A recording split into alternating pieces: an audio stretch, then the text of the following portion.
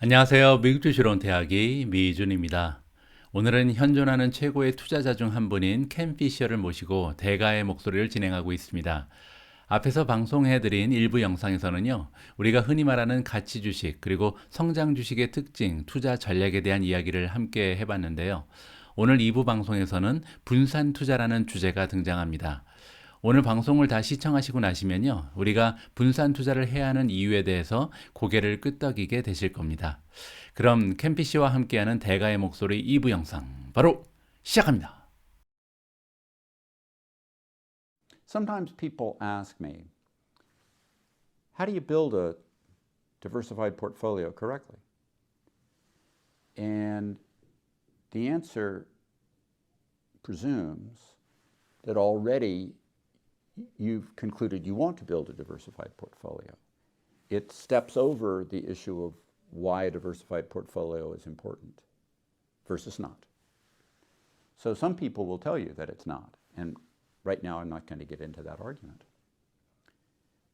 When you want to build a diversified portfolio, you step back to the core concept of modern portfolio theory as created originally by Harry Markowitz in 1951, that looks at the notion of what's called mean variance optimization, which is a jargony term that really means to have things that have similar long-term return expectations, but where those components zig and zag against each other, so the total portfolio has lower volatility relative to that long-term return.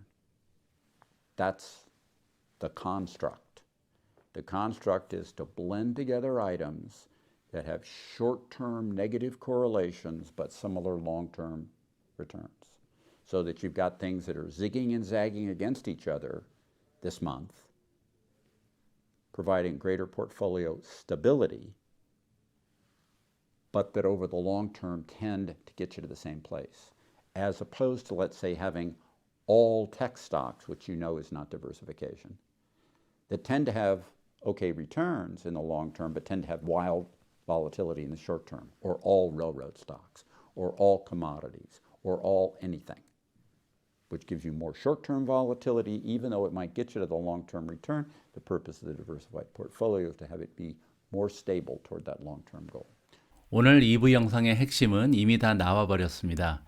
우리는 보통 투자의 리스크를 줄이기 위해 분산 투자를 하는 것이라고 생각하기 쉬운데요. 캔피셔의 주장에 따르면 분산 투자의 진정한 목적은 변동성을 최소화하면서 원하는 목표 수익률에 도달하는 것이다 라고 합니다. 다시 말해서 분산 투자를 하건 하지 않건 그 투자의 종착역, 즉 수익률에는 많은 차이가 없을 수도 있는데요. 그 과정에는 엄청난 차이가 있을 수 있다는 거죠. 따라서 우리가 분산 투자를 해야 하는 가장 커다란 이유는 결과가 비슷할 수 있다면 조금이라도 더 쉬운 길을 가자는 것이죠. 즉 조금이라도 변동성을 줄여나가면서 투자로 인한 스트레스도 좀 덜 받고요. 조금 더 쉽게 원하는 수익률을 달성할 수 있는 것이 분산 투자의 주요 목적이라고 설명을 해주고 있습니다. So what does that mean? That means broader. What does broader mean? It means you don't just have one sector, you don't just have one industry, you don't just have one stock. You move off to the broadest indexes. Most people traditionally have thought about that as what's the broad accepted, in America, US index, which would be, of course, the S&P 500 for most people's thinking. You could even go a little farther than that to some broader cap-weighted indexes for the United States. But even further, in my thinking, you say to yourself, in the very long term, and this is central to thinking about equities correctly, no major category can have superior returns to any other major category, because eventually, as there's a perception that that category has a superior long-term return, companies and investment bankers will create enough new supply of that category to overwhelm that perception of superior demand, and that supply will meet the demand to bring the pricing back into line with other categories. So if you look at very long-term returns, like 30-year returns, categories tend to neutralize within a very, very tight bandwidth, very tight, between countries. I don't mean some little third world country that might do this, but I mean between the broad U.S. versus foreign, U.S. versus Europe, broad categories. Returns tend over the long term to neutralize. Between sectors, tend to neutralize. Not about a single stock, not even necessarily a simple subset industry within a sector like buggy whips, but the broad sectors. 이번 부분에서는요, 분산 투자에 대한 방법론을 제시하고 있습니다. 한 가지 종목이나 섹터는 물론이고요, 한 가지 산업 혹은 한 가지 카테고리에 투자하지 않는 것이 굉장히 중요하다고 주장하고 있는데요. 그 이유가 굉장히 흥미롭습니다. 캔피셔의 주장에 따르면 우리가 장기적으로 봤을 때는 하나의 특정 카테고리가 다른 카테고리에 비해서 월등한 수익을 보여주기는 어렵다라고 말하고 있습니다. 이러한 주장의 근거가 아주 신선한데요. 물론 이제 시대에 따라서 다른 투자 대상 그리고 다른 투자 자산에 비해서 매력적으로 보이는 부분이 분명히 존재하겠죠. 자, 그런데 문제는 이렇게 매력적으로 보이는 카테고리에는 새로운 공급이 기하급수적으로 늘어날 가능성이 높다는 거죠. 그러니까 제 생각에는 2000년대 초반 닷컴 버블이 아주 좋은 예가 될 것 같은데요. 그 당시 이제 인터넷 혁명으로 인해서 많은 닷컴 기업들이 이제 성장성, 투자 매력이 너무나 좋아 보였겠죠. 그런 까닭에 너무나 많은 스타트업 기업과 투자 상품이 인터넷이라는 테마를 땅에서 이제 생성됐을 거고요. 이렇게 새로운 공급이 기하급수적으로 계속 늘어나면서 어느 시점에서는 수요를 능가해버리는 현상이 나타나게 되었다. 따라서 결국은 수요와 공급의 법칙에 따라서 닷컴 주식들의 주가는 하락세에 들어섰다. 뭐 이렇게 정리를 해볼 수가 있을 것 같습니다. 여기서 캔피셔가 전해주고자 하는 메시지는요. 결국 장기적으로 봐서는 넓은 의미의 섹터들은 수요와 공급의 법칙에 따라서 비슷한 수익률을 낼 수밖에 없다. 따라서 분산 투자가 효율적인 투자 방식이 될 수 있다는 결론에 이르고 있습니다. In that, the broadest is to just think about the whole world and own the world index. It gives you the most things that zig when something else zags that keep you going toward that same 30-year return. So if you're building a diversified equity portfolio, the world index becomes the thing you build against and you match to it.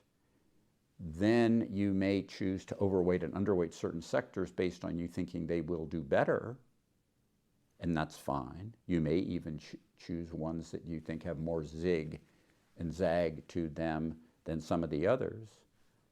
But the central point is to build that zig and zag in, and yet with an index, whether it's in America only with the S&P 500 or whether it's with the broader world as a whole, the concept's not to try to get a higher return, it's to get more things that are zigging and zagging against each other against a very long-term return goal. 오늘 영상에서 가장 중요한 포인트가 다시 한번 강조되고 있습니다. 분산 투자의 목적은요, 결국 더 높은 수익률을 올리자는 것이 아니라는 거죠. 우리가 분산 투자를 해야 하는 가장 커다란 이유는 우리의 포트폴리오 안에 단기적으로는 서로 다른 방향으로 움직일 수 있는 종목을 보유함으로써 변동성을 최소화하는 데 있다. 이 점을 오늘 방송을 통해서 우리가 기억을 해야 할 것 같습니다.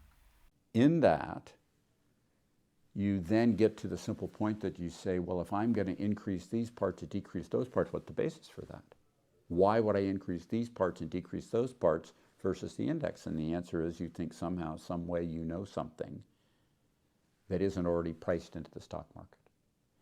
Now that in and of itself is a fairly close to arrogant argument. Because for the most part, when I ask myself, what do I know today that everybody else doesn't know? Most of the time the answer is nothing. And if you don't know anything that other people don't know, the theoretical argument for passivity is almost perfect. You just buy the index, sit on it. You've got the diversified portfolio. It's easy. It's easy, and you will get the index return. You have to stop and ask yourself, do I know something other people don't know? And the basis in portfolio theory for making an active bet is always and everywhere, only that you do believe somehow, some way, you know something other people don't know it, and therefore this bet will pay off. Because if everybody else knows it, they've already pre-priced it, and therefore it won't pay off. So to build the diversified portfolio where you don't actually believe you know something other people don't know, passivity is the rule. Get the whole world, do it passively, it's cheap, it's easy, done. the rest of the time to try to improve on that and get a higher return relative to risk, relative to the benchmark of the world, or in America, if you're doing America only, the S&P 500, you have to go back and say, what do I know other people don't know? And you better be modest about answering that question, because otherwise you get yourself into trouble, because in capital markets, overconfidence is the biggest killer, as the great humiliator is always waiting to try to humiliate you, me, and everyone else for as much money as possible over as much time as possible, because that's what the market does. So your final question becomes, and I reiterate, what do you know other people don't know? Otherwise, passivity with a broad index is the easiest way to build a diversified portfolio. 자, 결론입니다. 저도 마찬가지지만 많은 투자자들이 시장 지수보다 더 많은 수익을 올릴 수 있다는 믿음을 가지고, 그리고 그런 기대를 가지고 개별 종목에 투자하게 되잖아요. 하지만 그게 결코 쉽지 않다는 것을 지적하고 있습니다.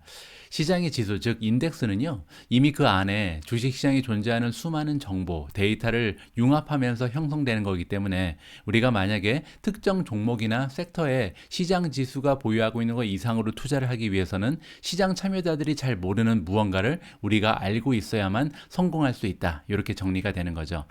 이 부분에 대해서는요, 일단 수익률이 주식 투자의 유일한 목적이라면 100% 공감할 수 있는 대가의 조언이라고 생각을 합니다.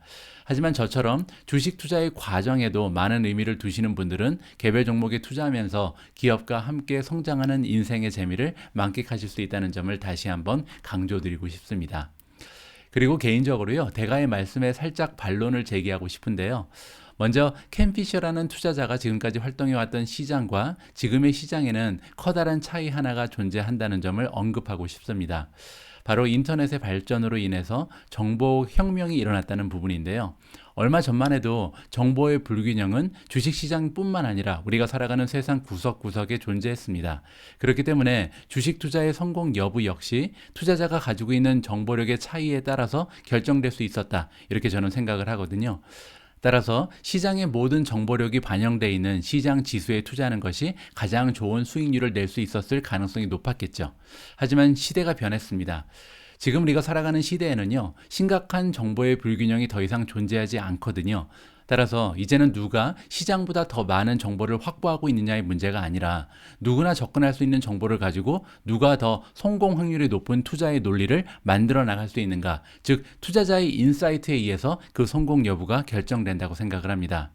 단편적인 예로요, 테슬라에 관한 정보는 누구에나 열려 있었습니다. 하지만 누구에게나 오픈되어 있었던 정보 속에서 테슬라의 투자 가치를 알아볼 수 있었던 투자자는 그렇게 많지 않았거든요. 불과 3년, 4년 전만 해도 거의 없었다고 봐도 과언이 아닙니다. 따라서 이제는 투자에 있어서 정보력의 차이보다는 미래에 대한 비전, 그리고 통찰력이 더 중요해지는 시대가 찾아왔다라고 저는 생각합니다.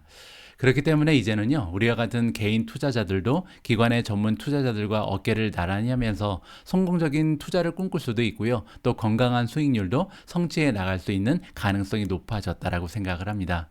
또 건강한 수익률뿐만 아니라 장기간 투자를 하면서 기업과 내가 함께 성장하는 또 다른 인생의 즐거움을 만들어 나갈 수 있는 것이 주식 투자라고 저는 믿고 있습니다.